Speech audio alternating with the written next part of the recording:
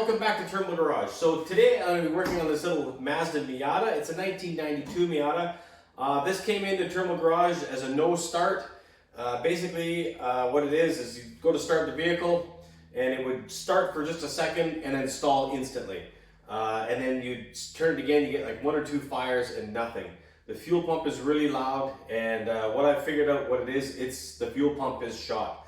Now these things are really, and I have a fuel pump here, these things are really easy to change a fuel pump. The way you get to them, there's an access panel under the carpet on the back dash. So in this video, we're going to get this fuel pump swapped out. I'll show you how to do that and get this thing out of here because I have got some other projects to get going on. So let's get this little Miata fixed and out of my shop.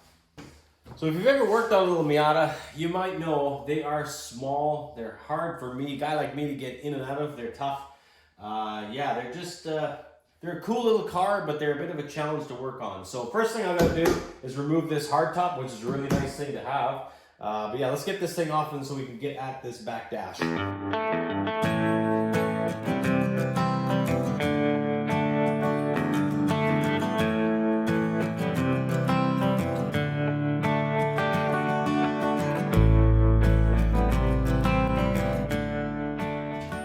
All right, got that top off. Really, it's a two-person job, but you know what? There's a will, there's a way. I just put something soft to protect the back paint, tipped it up and swiveled it around, as you saw.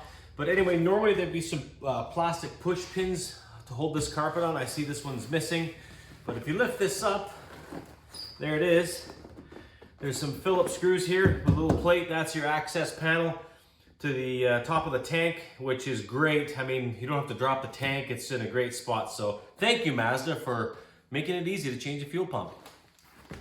So I just flipped the top up to get better access. Now, I did read online that if you have a glass roof or a glass rear window, it can be a bit more of a challenge. This one is the plastic kind, so it should be a little easier. Now, it looks like we do have a push pin here and a few at the back. So I think those are probably gonna have to come up to get this out. Let's see. Actually, no, I can just roll this back like that. And there we go, we can access all the screws. So let's get a screwdriver and we'll pop those off.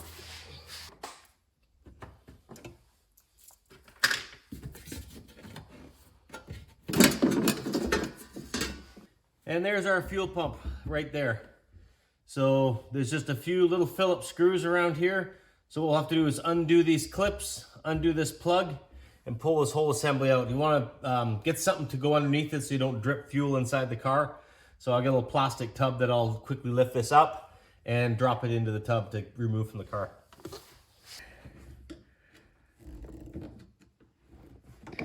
Definition of pain: shove a screwdriver into the webbing of your hand. That was not very pleasant. All right, despite doing something stupid with a screwdriver, I got this last hose off. It was a bit tight to get off. But anyway, when you're doing this, undo your fuel cap because the tank was pressurized with just being warm in the garage. And when I pulled the one hose off, it would just kept pouring fuel out. So once I vented the tank through the fuel cap, that stopped. So you'll want to do that before you start pulling hoses off. But anyway, this should now come right out of here. Got my little container. Oh, no, I got one screw left. Hold on. One screw. Now these screws, yeah, you don't want to drop these and have them fall underneath. I don't know how much of a challenge it would be or if they could get stuck. They probably could. I did manage to drop one screw down the interior. That's going to be fun to get out, but better there than, you know, down somewhere in the back here. Anyway, let's see if we can get this thing out of here now. Without making too much of a stinky mess.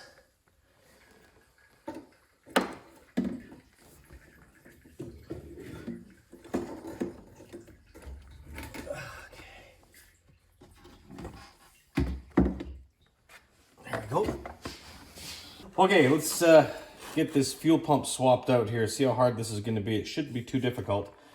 Yeah, I'm sorry if you don't like the sight of blood. I am leaking a little bit from that screwdriver, but that's the way she goes. Sometimes it happens. So it looks like this pump is just held on with a Phillips screw here on the end.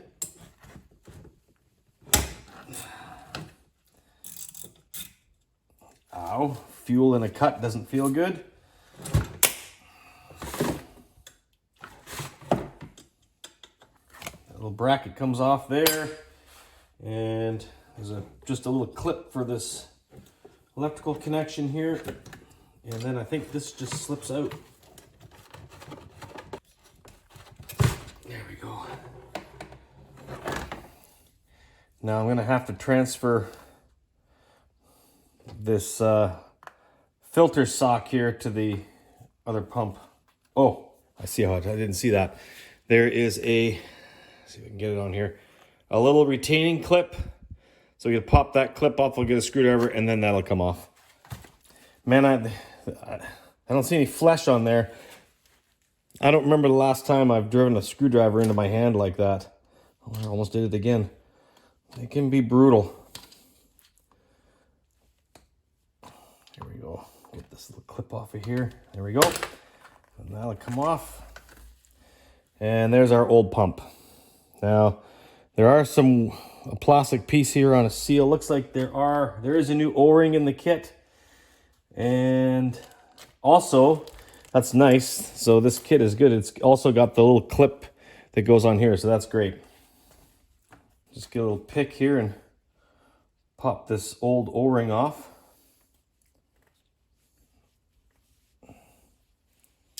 There we go.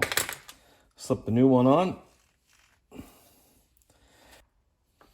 I get just a little bit of O-ring grease on here to help it slide into that receptacle part, that little pipe on the bracket here. So first thing we'll do is slide this back in, like so. We'll put our filter back on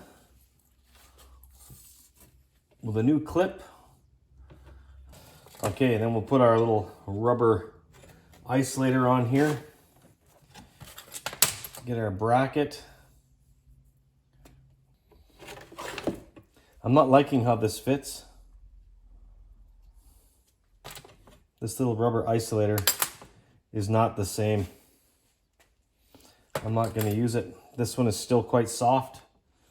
I'm going to stick it back on because this plate fits properly on there, on those two little, I don't know if you can see what I'm doing. Yeah, it's two little tabs. Anyway, there we go. That's better. Get my screw.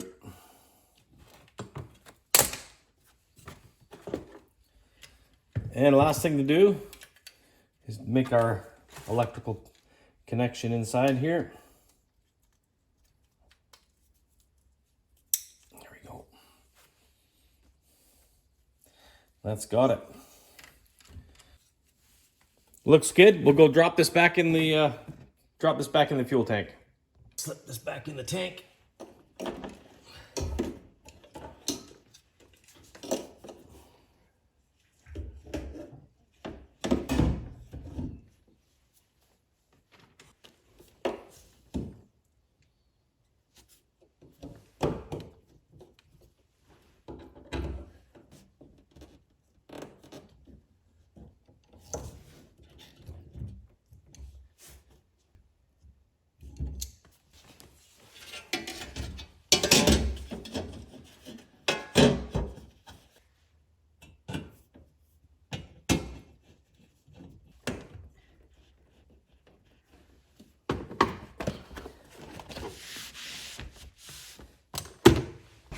All right, let's see if that solved it.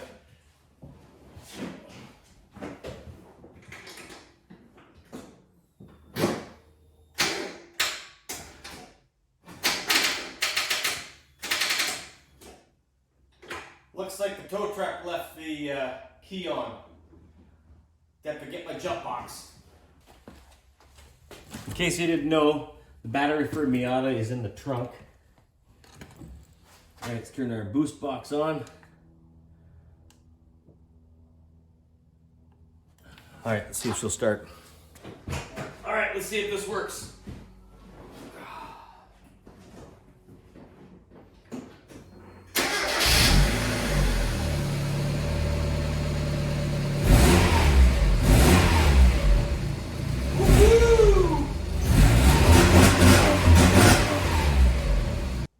so there you go. That was actually probably the easiest fuel pump I've ever changed on a vehicle. I've done quite a few, but hands down, that was the easiest one to do. So if you've got a little Miata with a fuel pump that's dead, man, it's easy. So anyway, hope you enjoyed the video. Maybe you learned something. It's a real quick one because this was a quick job. But now I can get this thing out of here and get into some other projects that are very important. So thanks a lot for watching, and have yourself a great day.